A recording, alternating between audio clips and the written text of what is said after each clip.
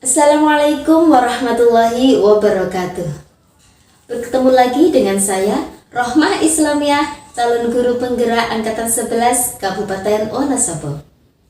Pada kesempatan kali ini saya akan menunjukkan video aksi nyata saya dalam memberikan diseminasi budaya positif di lingkungan sekolah saya, yaitu SD Negeri 3 Gondowulan.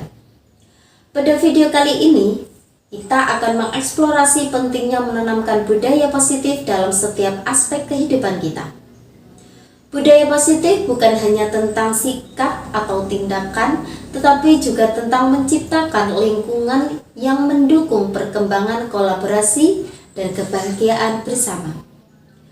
Mari kita bersama-sama memahami bagaimana nilai-nilai ini dapat menginspirasi dan memperkuat komunitas kita menuju masa depan yang lebih cerah dan harmonis. Selamat menyaksikan. Mari bergerak bersama guru penggerak, menebar manfaat bagi pendidikan merdeka. Lekas bergerak dalam pendidikan penggerak, ciptakan generasi unggul penopang bangsa. Mari bergerak, lekas bergerak, dan selalu menggerakkan.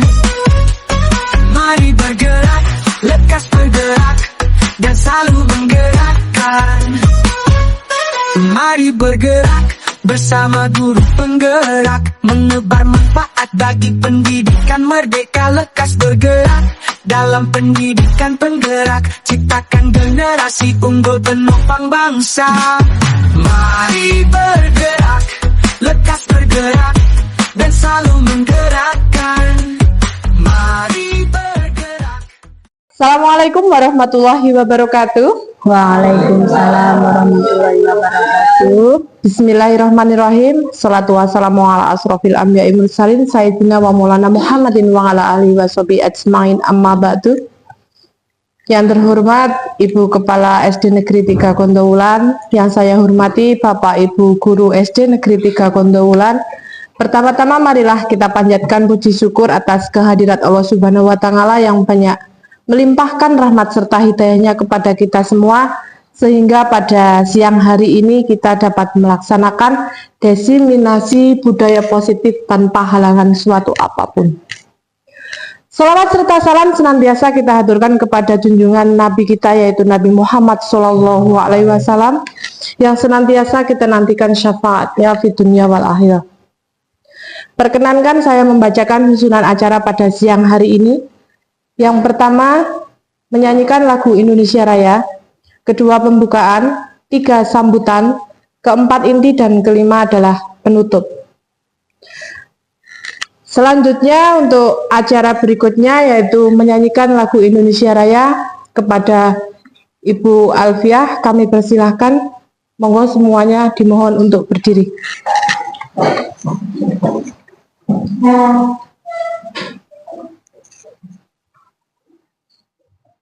Bangsaanku, bangsa dan tanah airku, marilah kita berseru, Indonesia bersatu.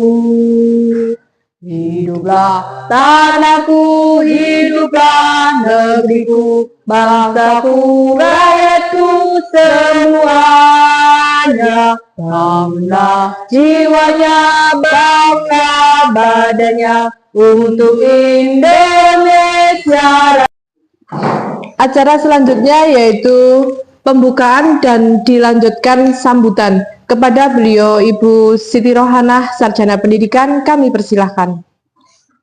Assalamualaikum warahmatullahi wabarakatuh. Waalaikumsalam warahmatullahi wabarakatuh. Bapak Ibu Guru SD Negeri 3 Gondowulan yang saya hormati, teman-teman CGB yang saya hormati, pertama marilah kita panjatkan puji syukur kehadirat Allah Subhanahu wa Ta'ala, karena rahmat hidayahnya kita bisa melaksanakan diseminasi budaya positif hari ini tanpa halangan suatu apapun.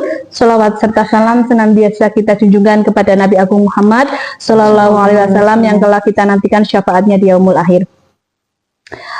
Baik Bapak Ibu Guru, saya ucapkan terima kasih kepada Bapak Ibu Guru yang telah rela meluangkan waktunya untuk mengikuti kegiatan desiminasi ini. Kegiatan desiminasi ini akan didesiminasikan oleh 3 orang calon guru penggerak dari Angkatan 11 yang meliputi saya sendiri dan 2 teman CGP lain, yakni Bu Ika Arbangiati dan Ibu Rohmah Islamiyah.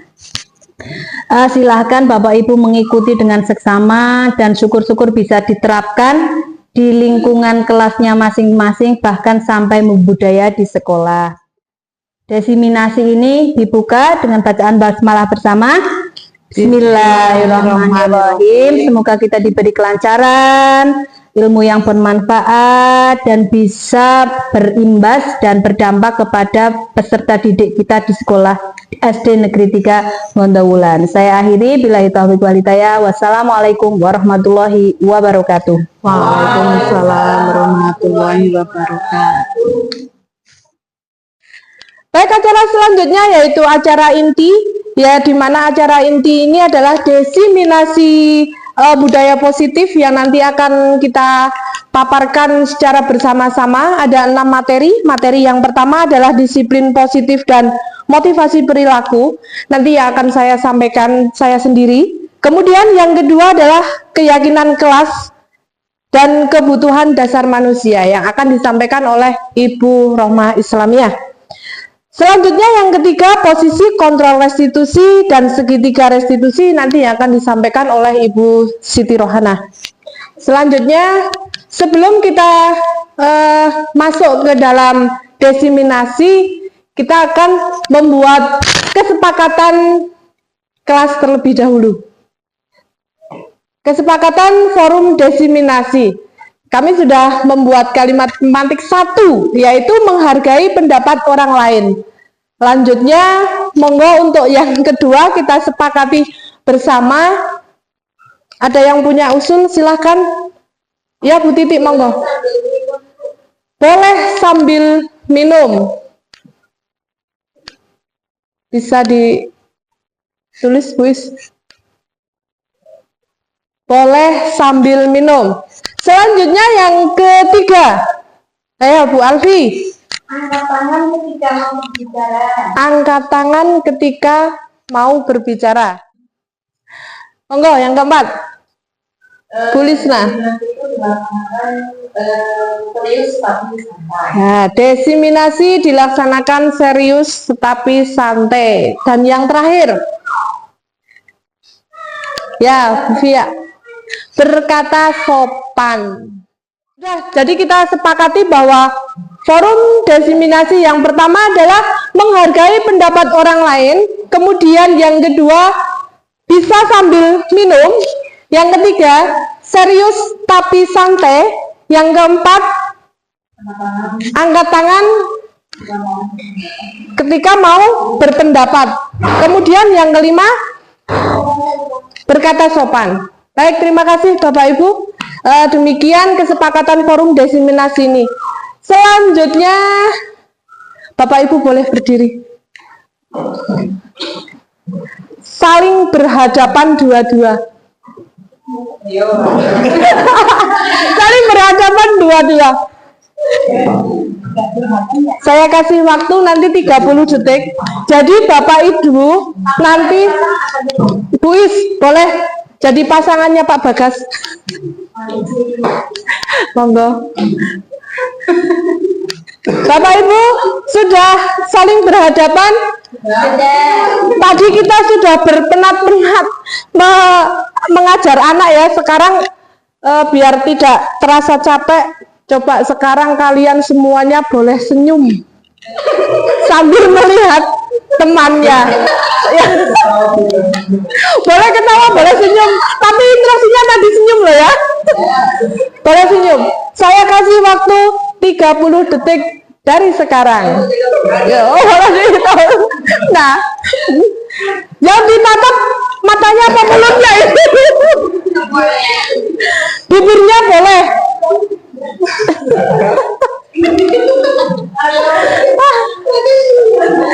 Baik. biar lebih rileks ya. Dah, habis waktunya, Bapak Ibu boleh duduk kembali.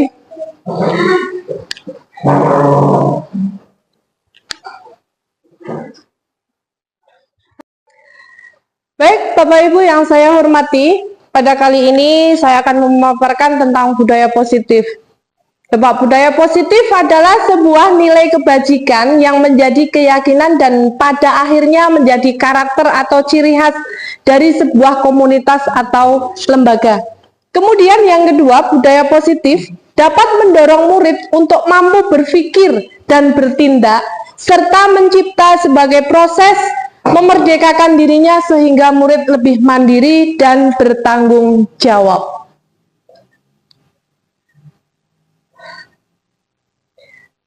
Seorang guru yang baik harus memiliki kemampuan dalam mewujudkan budaya positif di sekolah. Ada beberapa konsep yang harus diketahui untuk bisa membentuk budaya positif.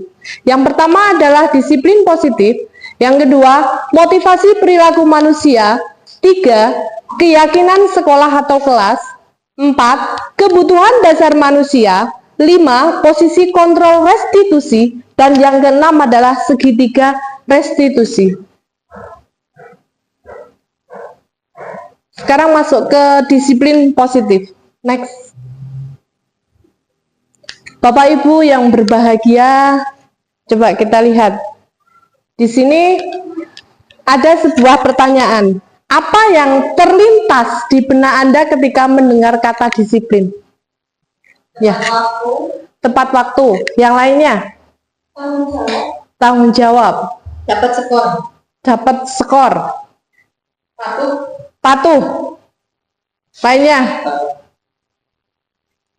Taat. Boleh. Baik. Lanjut. Next. Nah, Bapak Ibu, kebanyakan orang akan menghubungkan kata disiplin itu dengan tata tertib. Ya tidak? Ya. Teratur dan kepatuhan pada peraturan. Kata disiplin juga sering dihubungkan dengan hukuman.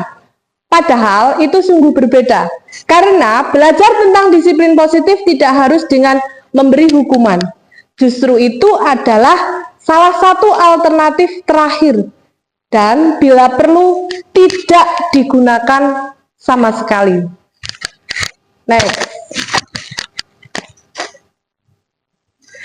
Disiplin positif merupakan suatu cara penerapan disiplin yang bertujuan untuk menumbuhkan kesadaran serta memberdayakan anak untuk melakukan sesuatu tanpa sogokan, ancaman maupun hukuman. Bapak Ibu, di tempat kita di SD Negeri 3 Kondowulan ini jelas sudah ada penerapan disiplin positif. Contohnya apa? Sudah ada apa belum?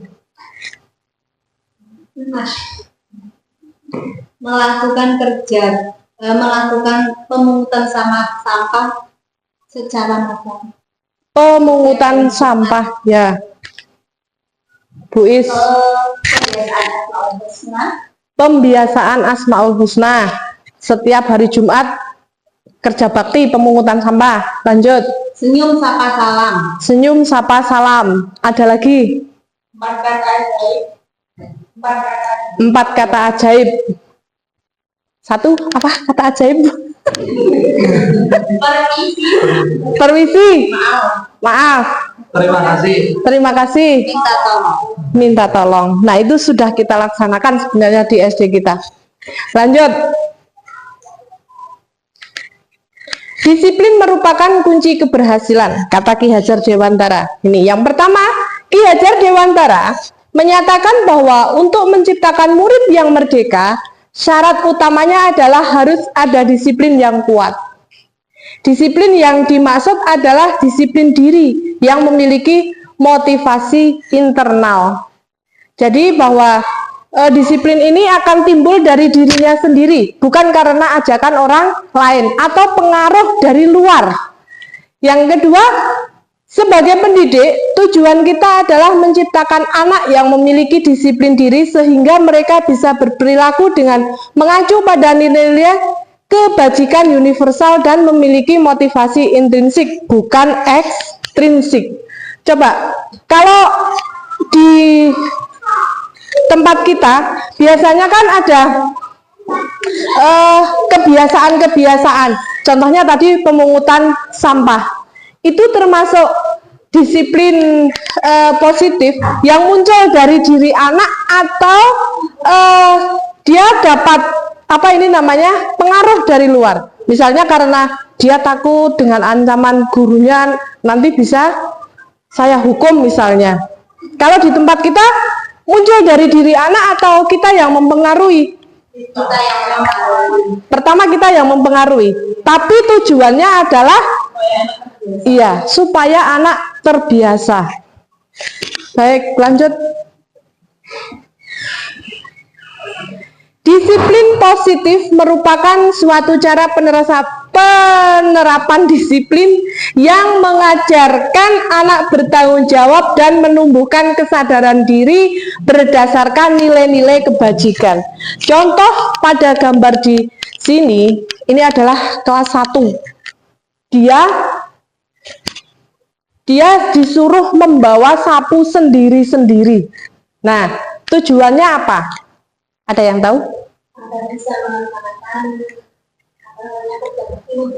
sama-sama dan tidak Ya, agar anak itu mengerjakan atau menyapu secara bersama, dia bisa melaksanakan sendiri-sendiri. Baik, lanjut. Disiplin positif lebih ke arah disiplin diri yang dapat mengontrol diri dalam melakukan segala tindakan. Lanjut. Disiplin diri dapat membuat murid memahami dan menyadari berdasarkan motivasi internal, bukan akibat paksaan, pujian, ataupun hukuman. Lah di sini bahwa kita akan menerapkan disiplin terhadap anak didik kita itu bukan karena dia itu terpaksa atau dia itu saya mau membersihkan lingkungan supaya saya nanti dapat apa begitu. Kita berharap bahwa anak itu benar-benar memiliki disiplin positif yang dari dirinya sendiri, bukan dari orang lain. Lanjut. Nah, ini adalah nilai-nilai kebajikan universal, bahwa disiplin positif ini masuk dalam nilai-nilai kebajikan profil pelajar Pancasila. Yang pertama beriman, kemudian mandiri, bernalar kritis, berkebinekaan global, bergotong royong, kreatif.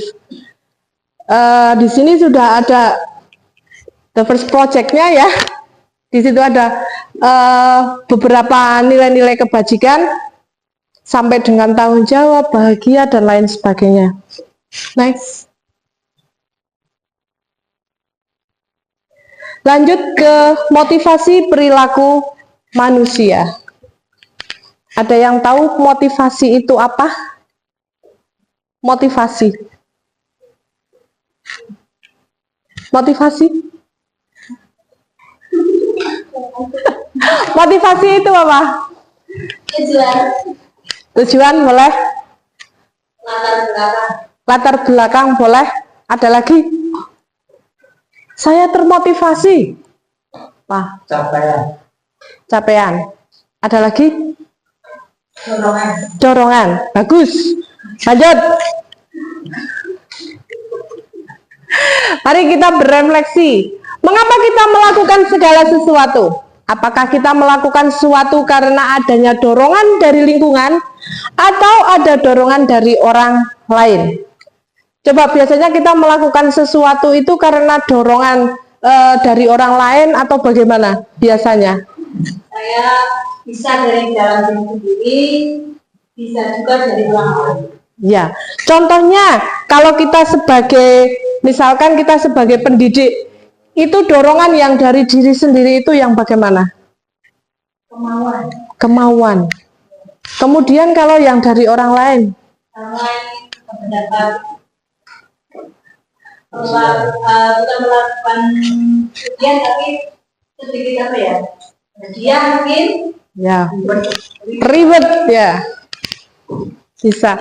Lanjut, terkadang kita melakukan sesuatu karena kita menghindari dari rasa sakit atau ketidaknyamanan. Terkadang kita juga melakukan sesuatu untuk mendapatkan apa yang kita mau.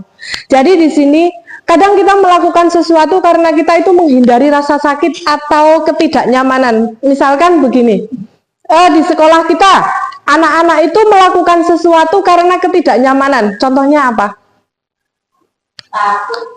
Takut. Biasanya diancam sama gurunya.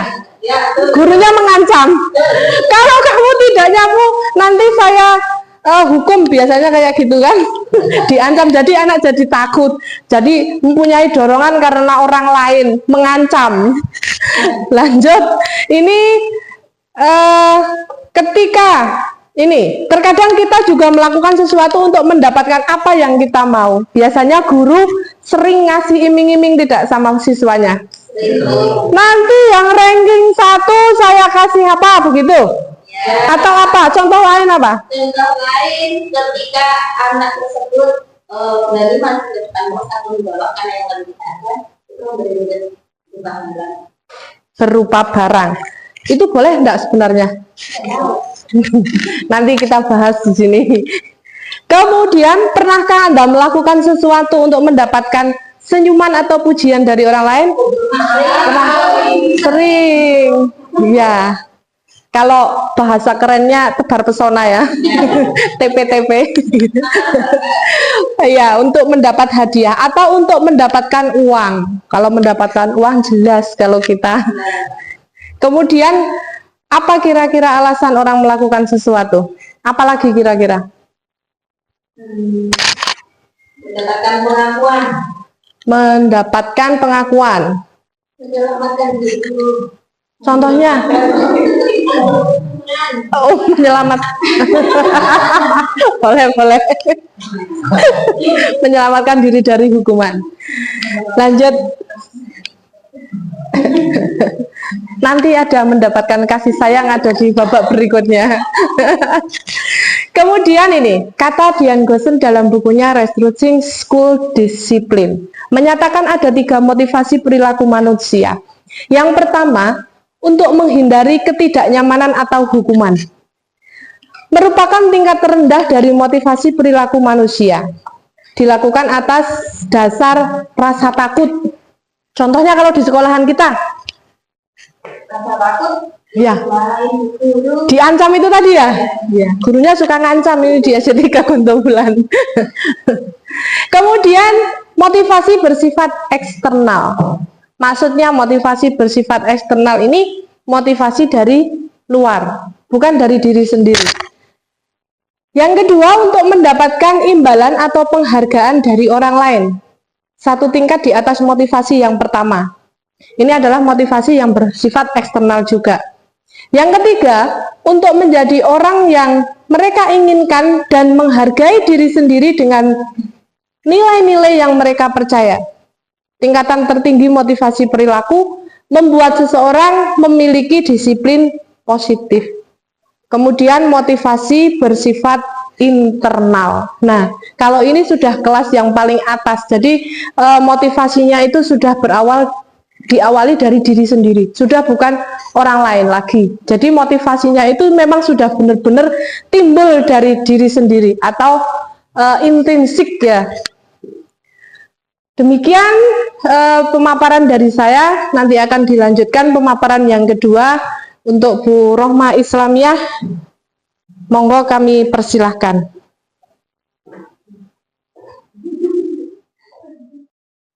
Baik, terima kasih, luar biasa sekali dengan pemateri pertama.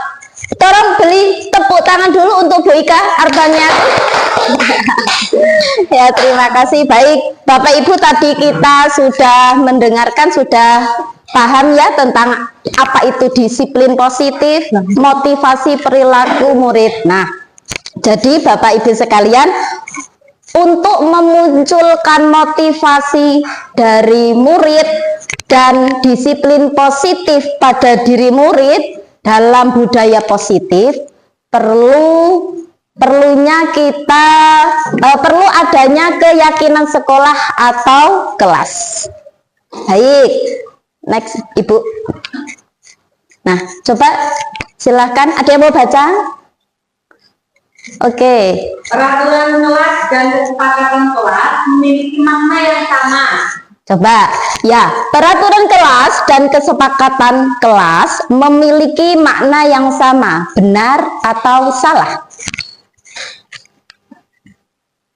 Bu Fia, mungkin menjawab? Nggak apa-apa, nanti dapat ribet dari Bu Ika. Iya, kategori yang kedua ya, lumayan dapat ribet. Mungkin benar ya, saya kunci. Baik, kita lihat next Bu. Nah, jawabannya salah. Ada yang tahu apa perbedaan peraturan dan kesepakatan? Peraturan dan kesepakatan? Peraturan dibuat oleh satu pihak saja. Iya, Kalau kesepakatan dibuat dua pihak. iya. Dua pihak atau lebih nggih? Iya, Bersama. kadang kalau kita di sekolah itu banyak banget siswanya, ada guru ya. Benar, peraturan dan kesepakatan ini tidak sama. Sepertinya sama, tetapi tidak sama. Lanjut, Bu. Oke, mengapa keyakinan kelas tidak peraturan kelas? Di sini ada pertanyaan. Coba yang nomor 1. Mengapa kita memiliki peraturan tentang penggunaan helm pada saat mengendarai kendaraan roda 2 atau motor di guru titik? Supaya Aman. Oke, yang lainnya masih nomor 1, Bu Alfiah? Sama? Oh sama. Oke, lain sama. Biar tidak ditilang. Takut ya? Takut karena hukuman. Ada lagi? Kenapa kok kita menggunakan helm ketika menaiki sepeda motor? Mematuhi aturan. Aman, mematuhi aturan supaya tidak ditilang. Sama. Ya. Oke. Terus yang kedua, mengapa next dulu Bu.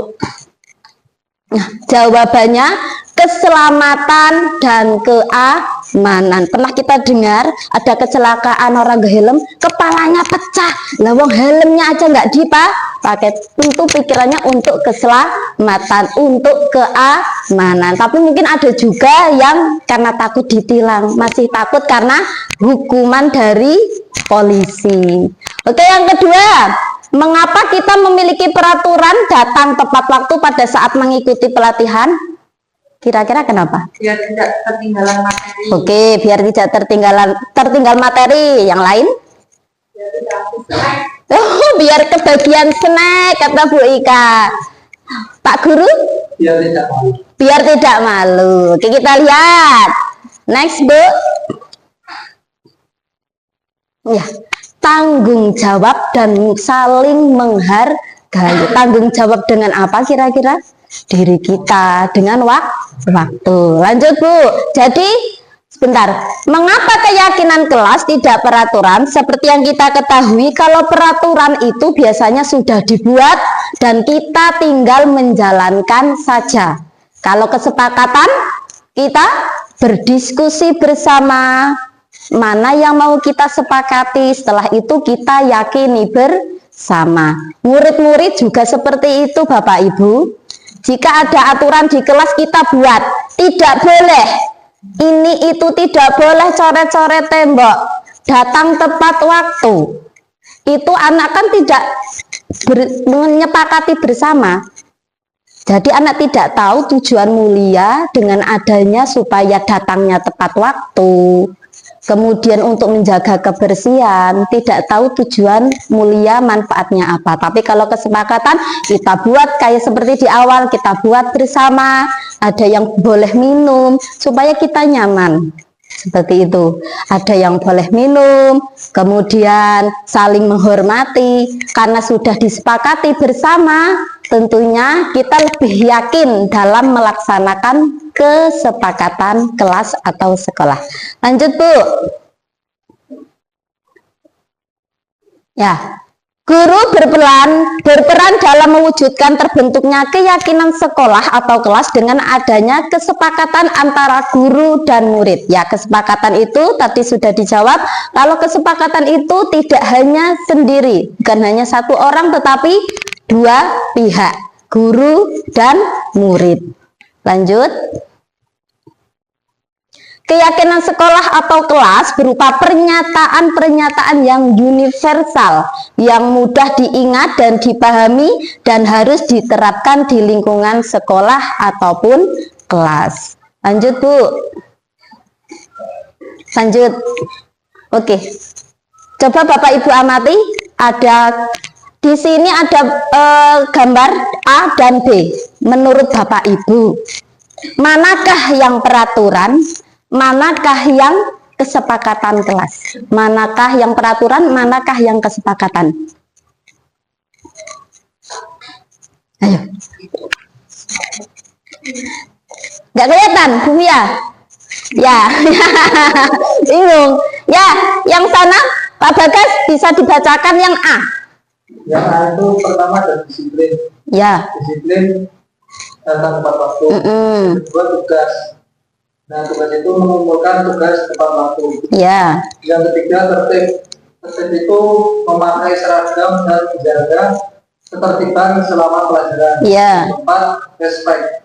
Memperhatikan guru saat menjelaskan pelajaran. Ya. Yang kelima, kebersihan. Tidak boleh mencoret-coret tembok dan meja. Yang terakhir, budi. Tidak melakukan budi. Oke, terima kasih Pak Bagas. Kalau yang B itu ada menghormati. Semua murid diharapkan untuk menghormati satu sama lain dan guru. Terus ini terdapat partisipasi.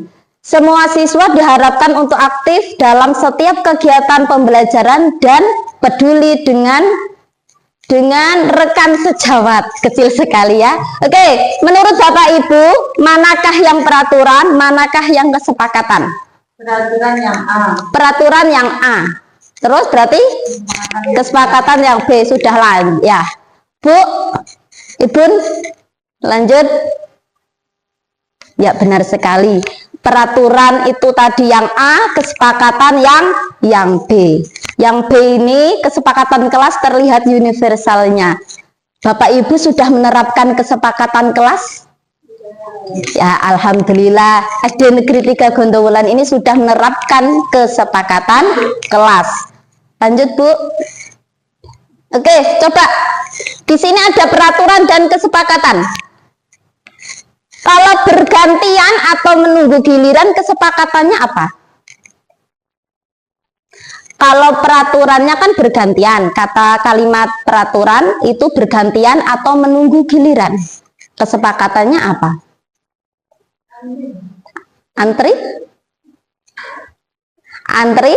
Yang lain? Ya, kita lihat jawabannya. Menghormati orang lain dan bersahabat. Jadi antri itu kita saling menghormati, tidak ingin lebih dulu. Yang selanjutnya, Bu, dilarang mengganggu orang lain. Kesepakatannya? Peraturannya dilarang mengganggu orang lain. Kesepakatannya menghargai orang lain. Kita lihat. Ya, menghormati orang lain sama. Yang selanjutnya, Bu, selalu kembalikan buku ke tempatnya. Kira-kira kesepakatan apa? Tanggung jawab. Oke, kita lihat. Good job. Jempol kanan, jempol kiri, dua jempol. Good job. Oke. Lanjut, Bu. Nggak apa-apa ya. Gunakan masker. Kesepakatannya apa kalau menggunakan masker? Apa? Kesehatan. Yang lainnya supaya aman. ayo selamat. Oke, Bu. Iya, kesehatan, keselamatan. Lanjut, Bu. Oke. Iya. Ya, coba mari kita senam otak sebentar. Boleh, Bun? Ya. Yo.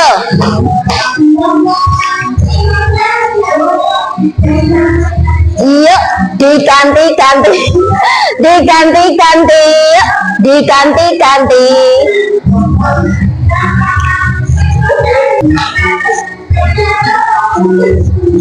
Dok, dok, dok, dok, dok. 5 jari yang kiri. Rek, rek, rek. Rek, rek, rek. Rek, rek, rek. Dok, dok, dok. Rek, rek, rek. Oke, terima kasih.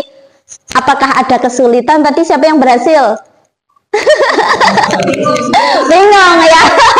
Benar semuanya. Oke, untuk senam otak kita selanjutnya di sini akan lanjut Ibu. Ya, tentang kebutuhan dasar manusia.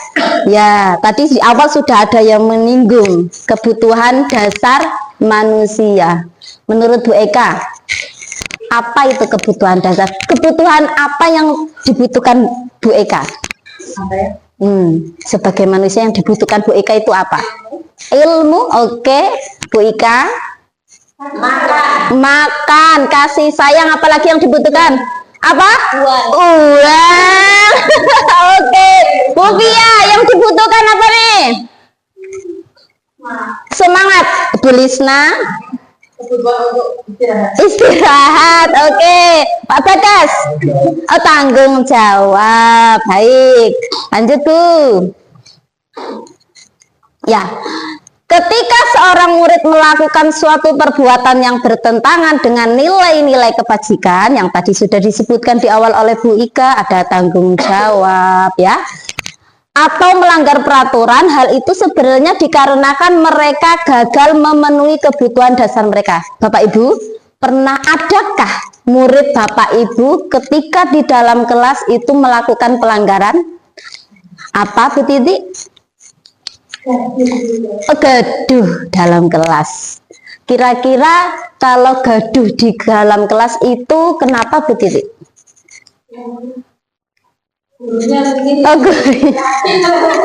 Gurunya mungkin. Oke. Ya, selain kelas 1 ada yang anak-anaknya mungkin gimana? Membuli temannya. Oke, lanjut Bun. Ya, terdapat 5 kebutuhan dasar manusia. Yang pertama, untuk bertahan hidup, kasih sayang, cinta dan rasa diterima, penguasaan, kebebasan, dan kesenangan. Tadi Bu Siti menyebutkan butuh makan. Kira-kira kalau makan itu masuknya kemana ya? Bertahan hidup. Kemudian ada uang. Kesenangan ya. Siapa yang tidak suka uang? Love is money ya. Lanjut Bu. Oke, langsung pertanyaan. Bisa dibacakan Bu Alfiah?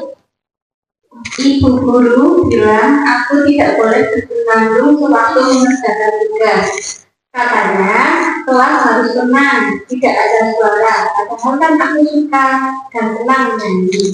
Ya, kira-kira kebutuhan apa yang dibutuhkan oleh anak tersebut ketika di dalam kelas itu gurunya menginginkan suasana tenang? Mulai dari 5 kebutuhan dasar tadi, masuknya yang mana? Yang mana? Oke, yang kesenangan. Oke, coba Bu.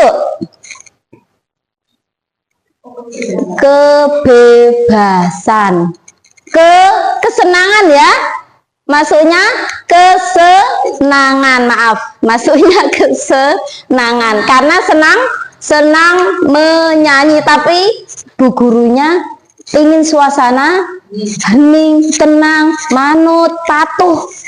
Tapi anak tersebut mungkin ada yang tidak bisa ketika belajar itu diam saja. Nah, lanjut Bu. Oke, Pak Bagas, silahkan dibaca nomor 2. Ibu guru tidak menyapaku hari ini, padahal aku pakai jepit rambut baru. Jepit rambut bukan sandal jepit ya. Kebutuhannya apa ini Pak Bagas? Pengakuan. Per apa? Pengakuan. Pengakuan. Oke, coba Bu Siti lanjut. Cinta dan kasih. Yang debatnya bagus, baru Bu Guru kok ya tidak memperhatikan. Coba, adakah anak-anak kita kiranya itu bahasanya apa ya, rewel, tantrum, kasarnya kok berpolah, itu kita mengetahui padahal anak itu butuh perhatian. Lanjut Bu. Oke, Bu Lisna.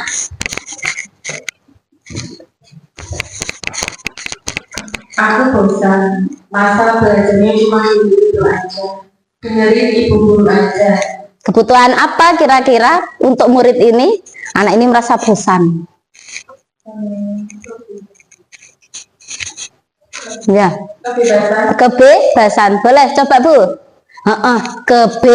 Kebebasan. Selanjutnya Bu. Bu Titik. Aku sebenarnya kamu tidak lagi melayani guru nunjukin ke teman-temanku di depan. Kira-kira kebutuhan apa yang dibutuhkan oleh anak tersebut? Apa? Ya, gambarnya merasa jelek, tapi Bu Guru malah ngasih tahu ke teman-teman, menurut anak tersebut jelek. Kira-kira kebutuhan anak tersebut itu apa? Ada tadi bertahan hidup, ada kesenangan, cinta kasih sayang, kebebasan, ada penguasaan. Oke, kita lihat. Ya, penguasaan luar biasa sekali ya. Harapannya kita sebagai guru itu memahami kebutuhan murid-murid kita. Yang biasanya kenapa kok lari sana, lari sini, sebenarnya ini butuhnya apa sih? Nah, lanjut Bu. Nah, di sini ada studi kasus. Ibu Melani, guru kelas 2A, sedang bingung menghadapi ulah salah satu murid di kelasnya Tommy. Beberapa anak telah mengeluhkan Tommy yang sering kali meminta bekal makan siang mereka dengan paksa. Jika Anda menghadapi situasi seperti Ibu Melani, apa yang akan Anda lakukan? Menurut Anda, kira-kira apa alasan Tommy melakukan hal itu, Bapak Ibu? Jika Bapak Ibu di sini sebagai posisinya sebagai Ibu Melani, di kelas terdapat anak yang bernama Tommy itu membuat gaduh dengan meminta bekal makan siang secara paksa. Apa yang akan dilakukan oleh Bapak Ibu guru? Ada yang menjawab? Bu Eka, ketika di kelas terdapat murid yang bernama Tommy meminta bekal temannya secara paksa, apa yang akan Ibu lakukan? Memberi teguran. Memberi teguran? Sudah? Ya. Iya, oke. Bu Alfiah? Ketika menjadi Bu Melani, memberi teguran. Bu Lisna? Menanyakan. Melakukan hal tersebut. Oke. Menanyakan mengapa kok meminta bekal temannya secara paksa seperti itu ya. Baik, lanjut Bu. Oke, kita lihat. Jika alasan Tommy karena ia lapar dan orang tuanya tidak membawakannya bekal makan siang, maka kebutuhan dasar yang sedang berusaha dipenuhi oleh Tommy adalah kebutuhan untuk bertahan hidup. Karena lapar, orang tuanya tidak membawakan bekal. Kepingin karena teman-temannya juga sedang makan dengan bekal. Yang selanjutnya, alasan kedua, karena dia merasa senang temannya jadi memperhatikan dia, membuat pola, ya kan? Mungkin ada dari murid kita yang berbuat ulah supaya apa? Supaya diperhatikan. Ketika temannya melakukan tindakannya itu pada gurunya dan gurunya memberitahu orang tuanya sehingga orang tuanya jadi memperhatikan dia, maka kebutuhan dasar yang sedang dipenuhi Tommy adalah kebutuhan akan kasih sayang dan rasa diterima. Ada nggak kira-kira anak yang seperti ini? Caper lah bahasanya. Hai, ada ya. Ya, lanjut. Alasan yang ketiga, karena temannya jadi takut dengan dia dan menuruti keinginannya. Nah, ngegeng, orang manut, sikat, nah, marahin, nah, gitu. Maka sebetulnya Tommy sedang berusaha memenuhi kebutuhan dasarnya akan penguasaan, akan kekuasaan. Bagaimana sih cara kita memberikan kebutuhan kekuasaan pada anak? Ketika dalam kelas misalkan, ya bisa menjadi ketua kelas, menjadi pengurus kelas. Nah, misalkan diorangkan menjadi pemimpin upacara atau memimpin doa. Lanjut. Alasan yang keempat, karena dia merasa bosan dengan bekal makanan yang dibawakan ibunya dari rumah. Karena ibunya selalu membawakan bekal yang sama. Oleh karena itu, dia ingin mencoba makanan teman-temannya yang beraneka ragam. Maka Tommy sedang berusaha memenuhi kebutuhannya akan kebebasan. Anak-anak itu kan banyak yang kurang suka dengan sayur, tapi orang tuanya mungkin ingin anaknya hidup sehat. Makanya sayur-sayuran. Anaknya lihat temannya, kadang mie goreng, kadang nasi goreng, kadang hanya snack, tapi anak tersebut pingin. Makanya bisa jadi meminta temannya, bekal temannya dengan paksa. Dabun? Alasan yang kelima, karena ia melakukannya iseng saja dan ia menikmati ekspresi wajah teman-temannya yang kesal. Ketika temannya diminta bekalnya, itu seneng wae weruh rai-raine anak. Buat teman-teman itu yang sedih, yang nangis, seneng, ngeledek karena diambil makanannya, dan menurut dia ekspresi teman-temannya itu lucu. Lah, nangis, ngantek, marah-marah itu lucu. Maka berarti Tommy sedang berusaha memenuhi kebutuhannya akan kesenangannya. Senenge nek weruh temene sedih, ini Tommy. Oke. Sudah ya? Nanti kita akan dilanjutkan oleh Bu Siti Rohana. Semangat ibu-ibu, bapak-bapak. Masih. Kalau masih semangat, saya punya pantun ini. Tapi maaf nyontek ya. Pergi ke Jakarta membeli nasi. Nasi dibeli masih hangat. Mari kita lanjutkan desiminasi dengan penuh semangat. Masih semangat kan? Nah, untuk menambah semangat kita pada siang hari ini, mari kita senam bersama. Silakan Bu Is, tolong ditampilkan. Kita akan joget matematika. Bapak Ibu mohon berdiri. Nanti ada tambah begini, kurang, ya. Terus ada kali, gini. Terus ada bagi, integral. Terus yang terakhir itu diagram. Siap? Ayo. Semangat ini, kita harus bersemangat.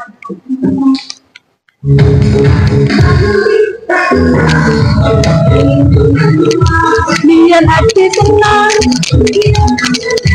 kalau kamu senang, ayo goyang. Biar hati senang, jadi hilang. Sama dengar. Terima kasih,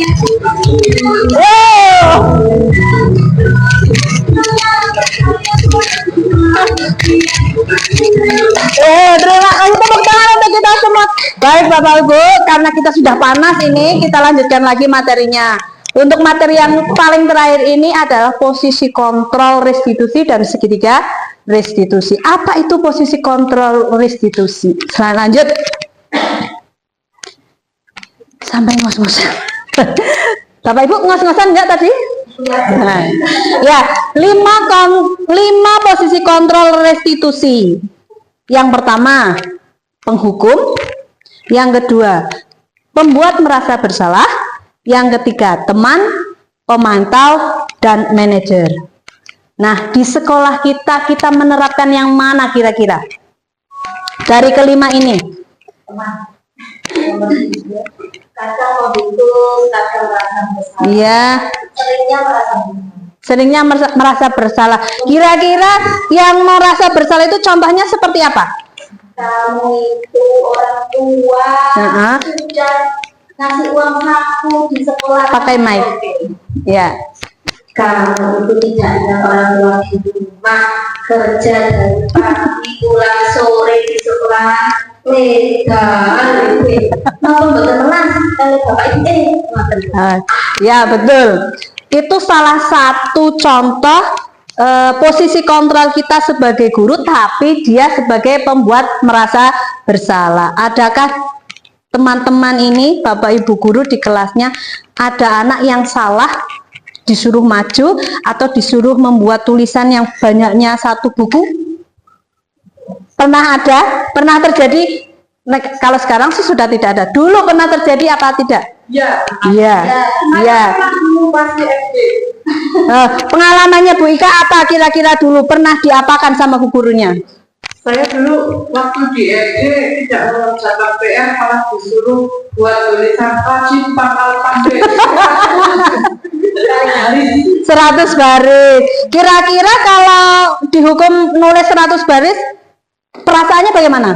Kalau di Michael, Iya. saya dendam.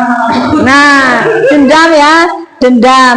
Kalau yang seperti yang dilakukan Bu Is tadi, itu kira-kira anaknya bagaimana? Jadi bagaimana?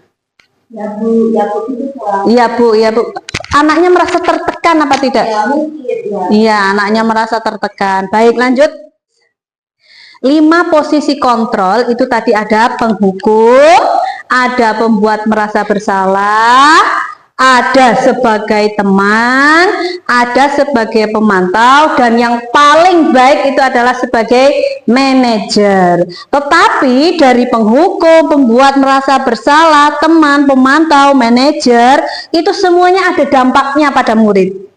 Nah, sekarang kita baca bersama-sama untuk identitas gagal. Jadi, dari 5 posisi kontrol itu dibagi menjadi 3 bagian. Yang pertama, identitas gagal yang terdiri dari penghukum, guru sebagai penghukum, dan guru sebagai pembuat merasa bersalah.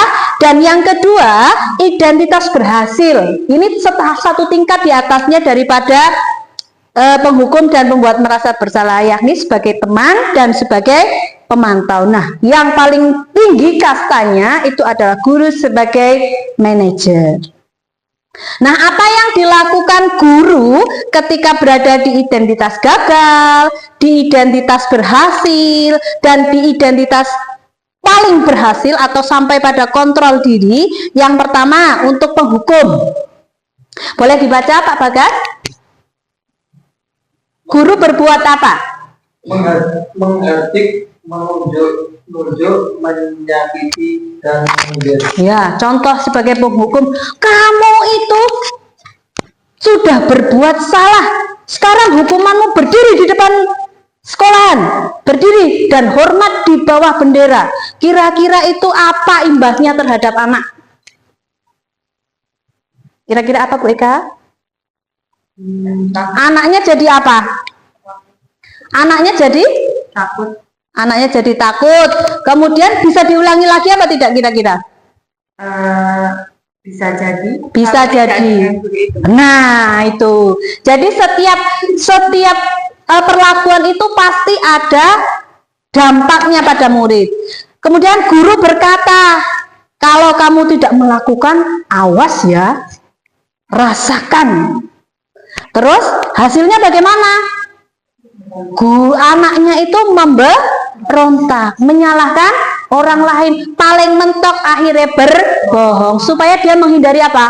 Hukuman. Itu tidak hanya terjadi di sekolah, di keluarga kita pun kita harus seperti itu. Jangan menerapkan identitas gagal penghukum di lingkungan keluarga kita. Kalau kita pengen anaknya jujur, ya kita jangan terlalu keras. Karena apa? Kalau kita terlalu keras, anaknya jadi memberontak. Selain memberontak, juga bisa menyalahkan orang lain. Paling pol itu berbohong. Kemudian kaitan dengan dunia berkualitas.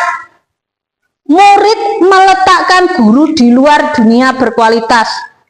Kemudian murid berkata, biarkan saja, nanti juga marah-marah lagi. Jadi kesannya di anak itu kita adalah orang yang suka marah.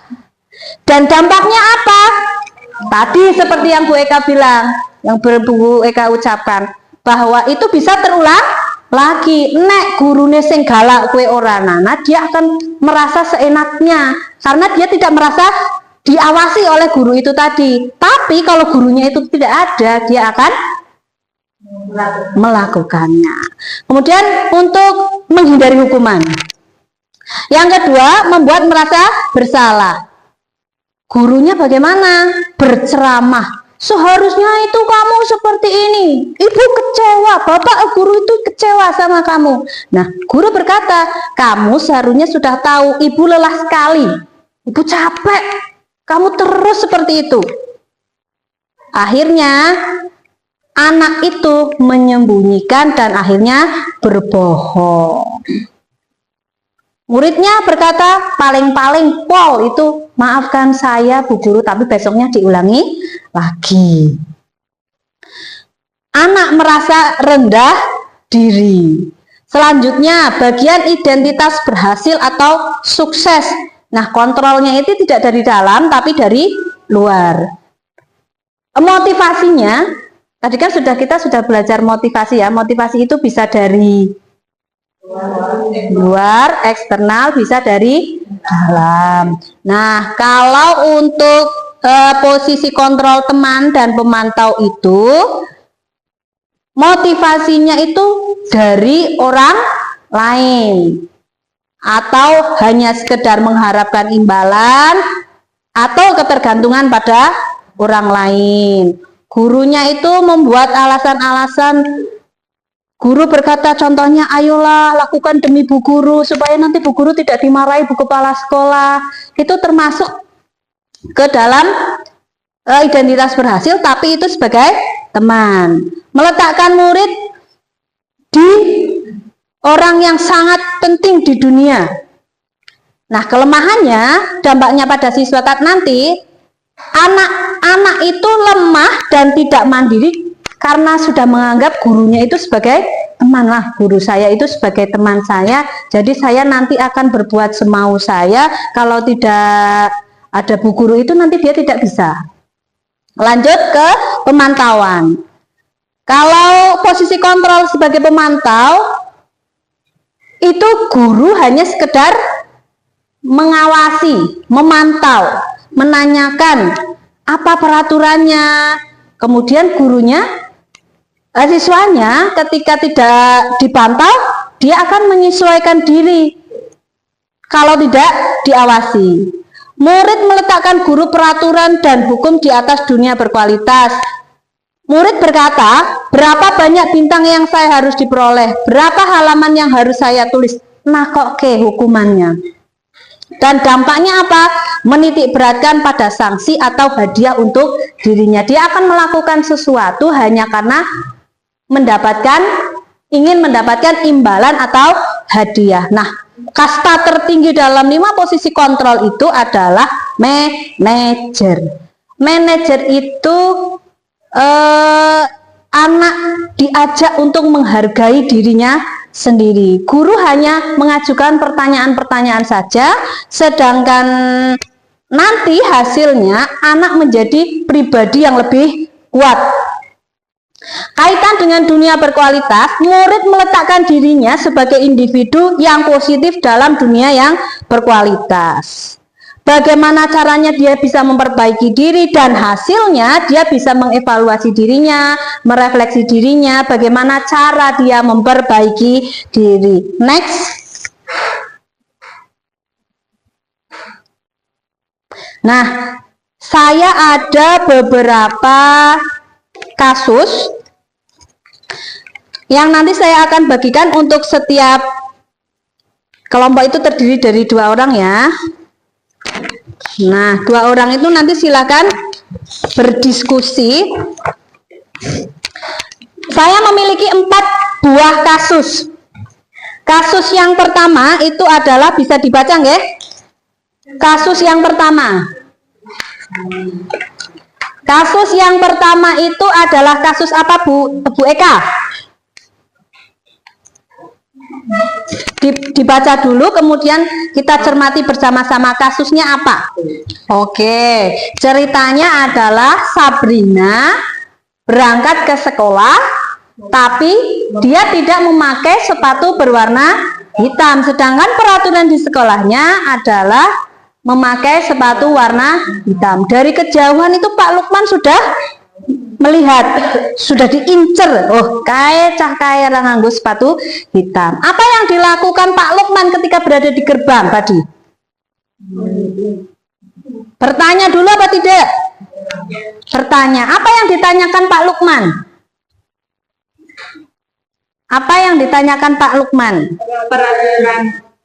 Nah, kira-kira Pak Lukman tadi memberi apa ya namanya? Memberi kesempatan tidak kepada Sabrina untuk menceritakan alasannya? Memberikan alasannya. Sabrina memberikan alasan apa tidak? Kenapa dia tidak memakai sepatu warna hitam? Karena terburu-buru. Apakah Pak Lukman mau mendengarnya?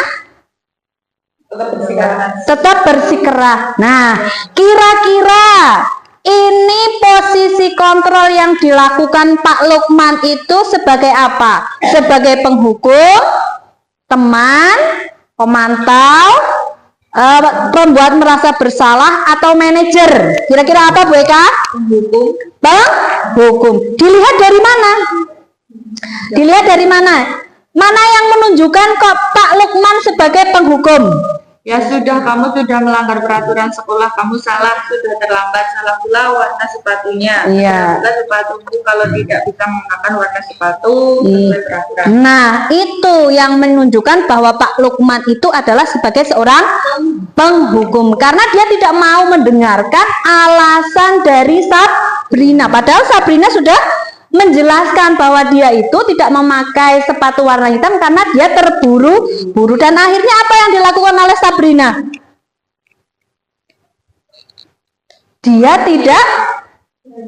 Dia tidak memakai sepatu. Apa yang dirasakan oleh Sabrina kira-kira? Malu. Nah, membuat anak merasa down dan merasa malu. Jadi tadi apa posisi kontrolnya? Penghukum. Dilihat dari mana tadi? Karena Pak Lukman itu tidak memberi kesempatan kepada Sabrina untuk menjelaskan. Selanjutnya kasus yang kedua. Kasus yang kedua itu boleh diambil garis besarnya saja. Silahkan Pak Bagas. Enggak usah, dicermati saja. Waktunya 5 menit. Oke, sudah selesai ya. Jadi kasus yang kedua itu adalah ada seorang guru yang sedang sakit. Kemudian kelas itu digantikan oleh guru yang lain. Tetapi ada beberapa anak yang tidak mau mengerjakan. Bu gurunya sampai memohon, ayolah tugasnya dikerjakan. Nanti ibu ditegur bapak kepala sekolah, atau kalian tidak kerjakan tugas. Kalau kalian tidak mengerjakan tugas, tolong bantu ibu ya. Ada kata tolong bantu ibu, dan dia memohon, ayolah tugasnya dikerjakan. Kira-kira posisi kontrol apa? Pembuat merasa bersalah. Pembuat merasa bersalah. Pulisna? Ayolah, ayo kalau nanti teman ya. Terus ada lagi selain itu, manakah kalimat yang menunjukkan bahwa posisi kontrol itu hanya sebagai teman, bukan pembuat merasa bersalah? Yang mana coba? Tolong bantu ibu ya, ya betul sekali. Tepuk tangan untuk Bu Lisna. Iya. Jadi tugasnya Bu Eni, posisi kontrol yang dilakukan oleh Bu Eni itu adalah sebagai teman. Sekarang lihat kasus yang ketiga. Kasus yang ketiga. Kasus yang ketiga. Coba Bu Titi. Ya, boleh. Ya, tadi ceritanya ada seorang anak bernama Fajar. Di kelas dia hanya bermalas-malasan. Kemudian ditegur sama Bu Dani. Disuruh apa? Tanpa ada konfirmasi terlebih dahulu. Kira-kira posisi kontrol apa? Ujuk-ujuk dikon maju. Bang, hukum. Ditunjukkan dari apa tadi? Di sini dari langsung maju Fajar. Ya. Untuk maju papan tulis untuk mengerjakan itu Bu. Bisa apa tidak kira-kira Fajar? Tidak bisa. Berarti ini masuk posisi kontrol apa? Masuk posisi kontrol apa? Penghukum. Selanjutnya, Fajar pun kembali duduk di bangkunya. Hal seperti ini sudah sering kali terjadi pada Fajar, seperti tidak memperhatikan acuh tak acuh dan nilainya pun buruk. Pada saat ditegur Bu Dani, Fajar hanya menjawab tidak tahu. Dani pun menjawab lirih. Akhirnya Bu Dani hanya, gimana sih kamu Fajar? Kamu tidak kasihan sama ibu? Ibu sudah capek-capek loh mengajar kamu. Ini ada dua posisi kontrol yang ada dalam kasus ini. Yang pertama tadi sebagai apa? Penghukum.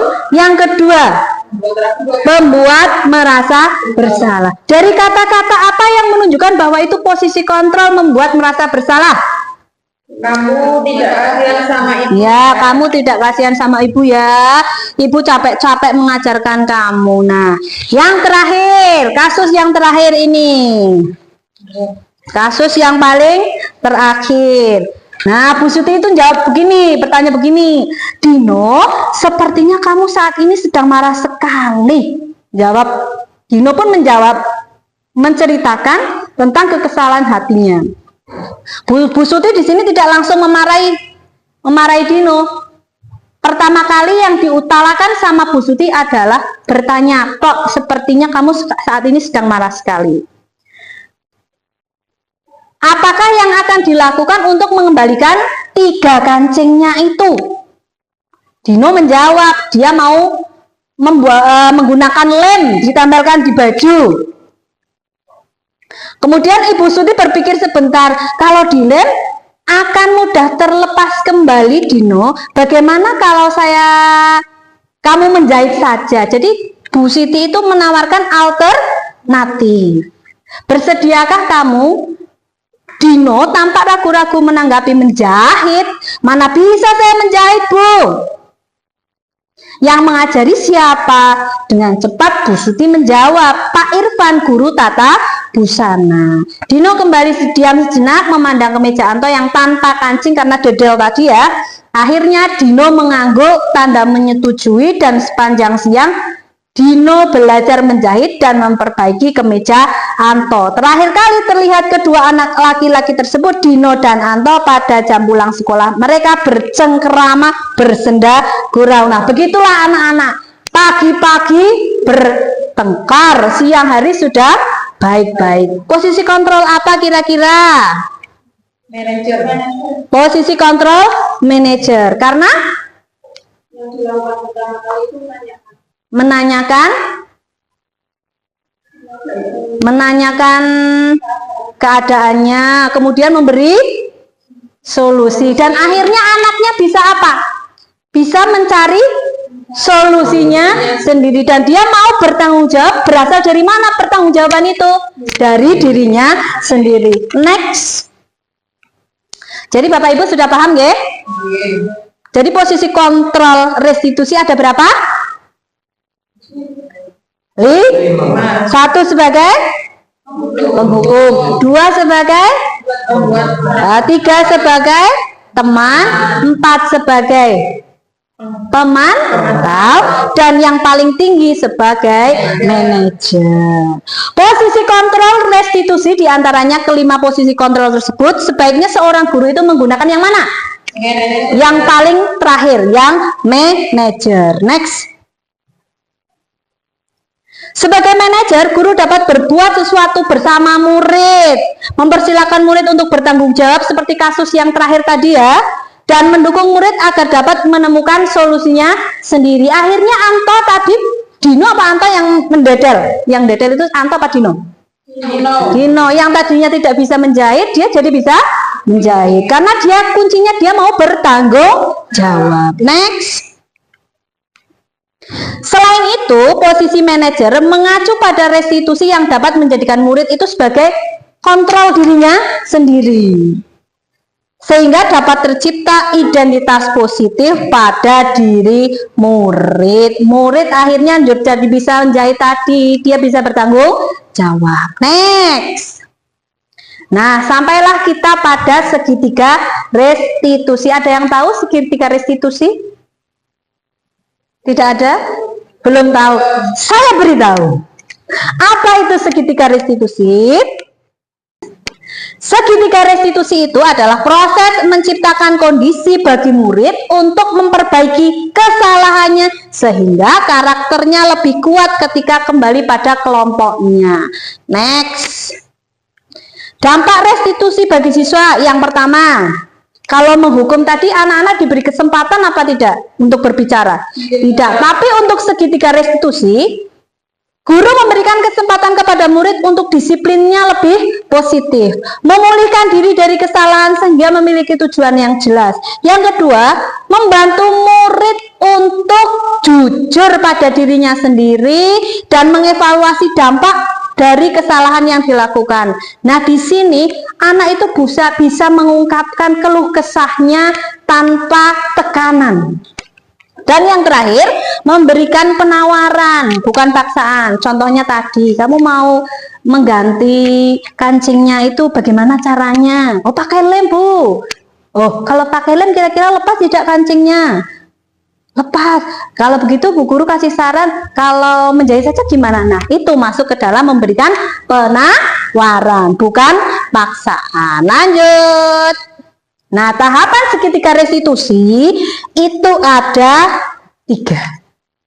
1, menstabilkan identitas. Yang kedua, validasi tindakan yang salah. Dan yang ketiga, menanyakan keyakinan. Sekarang kita coba lagi buka kasus keempat. Kasus keempat. Manakah yang kata-kata yang masuk ke dalam menstabilkan identitas? Kira-kira mana? Bisa tunjuk jari? Ya? Nah, betul sekali. Dino, saat ini kamu sedang marah. Kemudian validasi tindakan yang salah. Kira-kira yang mana? Iya, Bu Lisna. Kata namanya yang Ibu Suti pun melanjutkan bahwa buat kesalahan adalah hal yang manusiawi dan bahwa mempertahankan diri adalah hal yang penting. Meminta Dino memberikan kesalahan yang mungkin lebih efektif. Oke, jadi validasi tindakan ini tidak menyalahkan anak. Anak itu diibaratkan kita pernah melakukan kesalahan seperti anak. Misalkan anak itu kok gelut seperti yang dilakukan Dino sama Anto tadi. Jadi anak itu, wong bertengkar itu salah satu bentuk pertahanan diri. Di sini Bu Guru tidak akan mencari siapa yang benar, siapa yang salah, tetapi Bu Guru akan memberikan alternatif pilihan supaya kalian bisa memperbaiki diri. Itu masuknya ke validasi tindakan yang salah. Dan yang paling terakhir itu menanyakan keyakinan kelas. Contohnya tadi Ibu Suti menanyakan, kita tahu keyakinan kelas kita apa? Nah, itu masuk ke menanyakan keyakinan kelas. Anak bisa menjawab, tahu Bu, bahwa di sekolah kita menerapkan sikap saling menghargai. Nah, untuk itu bagaimana kamu menerapkan itu? Apa yang akan kamu lakukan? Itu contoh dari segitiga restitusi. Next. Nah, mari kita mengamati video. Video ini adalah video kasus dari anak yang terlambat masuk kelas. Perhatikan baik-baik.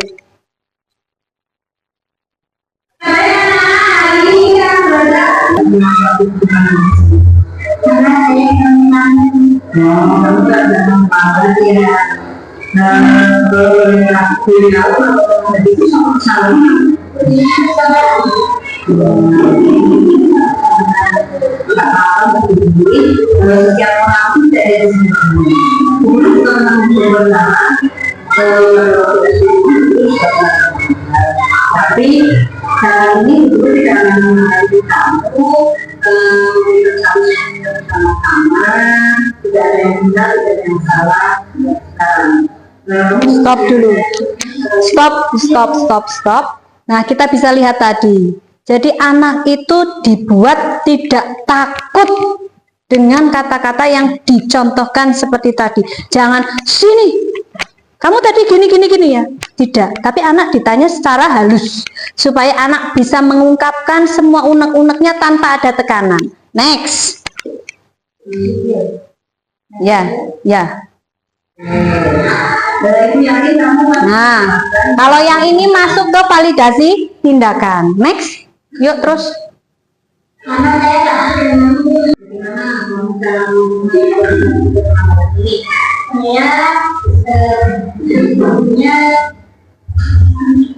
Tidurnya kamu tidak boleh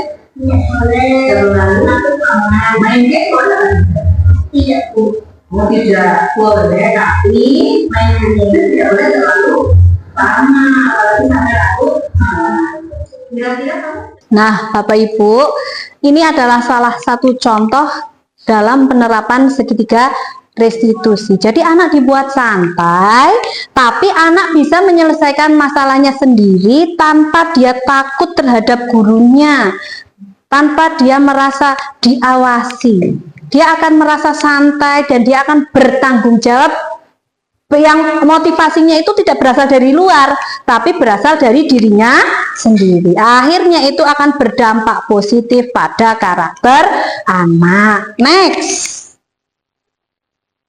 Nah, menstabilkan identitas itu dilakukan berdasarkan prinsip bahwa membuat kesalahan itu hal yang lumrah, hal yang biasa saja, bagian dari proses pembelajaran yang nantinya akan menggeser identitas yang gagal ke identitas yang sukses. Lanjut.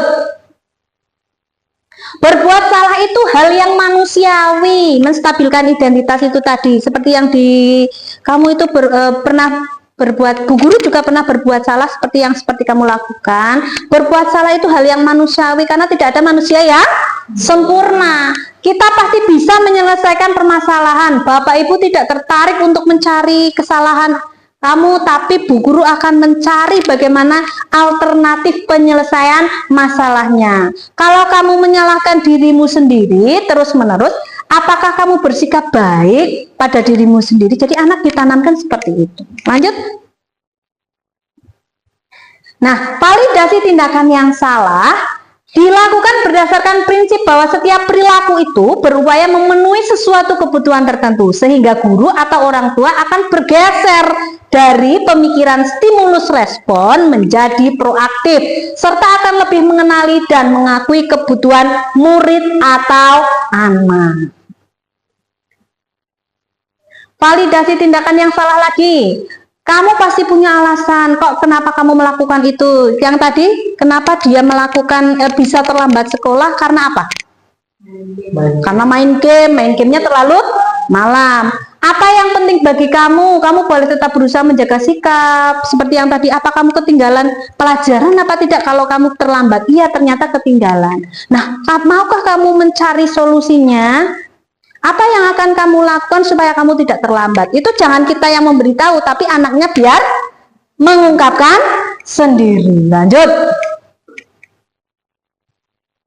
Yang terakhir adalah menanyakan keyakinan. Menanyakan keyakinan dilakukan dengan memberikan pertanyaan-pertanyaan bermakna kepada murid atau anak untuk memunculkan motivasi secara intrinsik, sehingga mampu mengaitkan keyakinan dengan tindakan yang salah.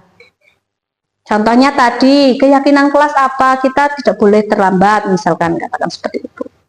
Nah, contoh pertanyaan-pertanyaan untuk menanyakan keyakinan kelas 1. Apa nilai-nilai kepercayaan di sekolah kita? Nilai-nilai apa yang telah kita sepakati? Kelas yang seperti apa sih yang kamu inginkan? Kamu ingin jadi anak yang seperti apa? Terus apa yang kamu rasakan? Dan ketika kamu melakukan itu, apakah kamu menjadi orang yang puas atau tidak? Kamu menjadi orang yang mau seperti apa? Next. Nah, seorang guru yang baik itu harus memiliki kemampuan 6 kemampuan. Yang pertama adalah disiplin positif yang tadi dijelaskan Bu Ika, ada disiplin positif dan motivasi perilaku manusia.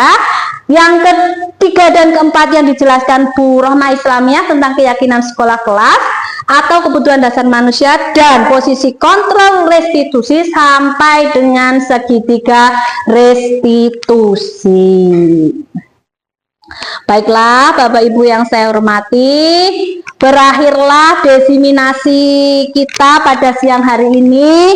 Terima kasih atas partisipasinya, semoga ilmunya bermanfaat, menjadi berkah bagi kita semua dan bisa menjadi budaya positif yang ada di lingkungan sekolah kita. Terima kasih sekali lagi, saya akhiri billahi taufiq wal hidayah. Wassalamualaikum warahmatullahi wabarakatuh.